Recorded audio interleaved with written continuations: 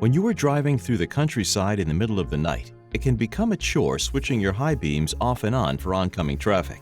Hyundai's available High Beam Assist can take on the task, automatically dimming your high beams when it senses oncoming vehicles and reactivating them once they pass by. To enable the feature, you must be traveling faster than 25 miles per hour.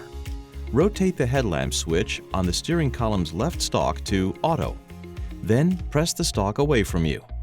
The Auto High Beam indicator on the instrument cluster will illuminate, letting you know that High Beam Assist is active. Now you can focus all of your attention on driving safely through the night, and you can still flash your high beams if they have been dimmed. Just pull back on the stalk as you usually would to flash, then release the stalk to return to auto mode.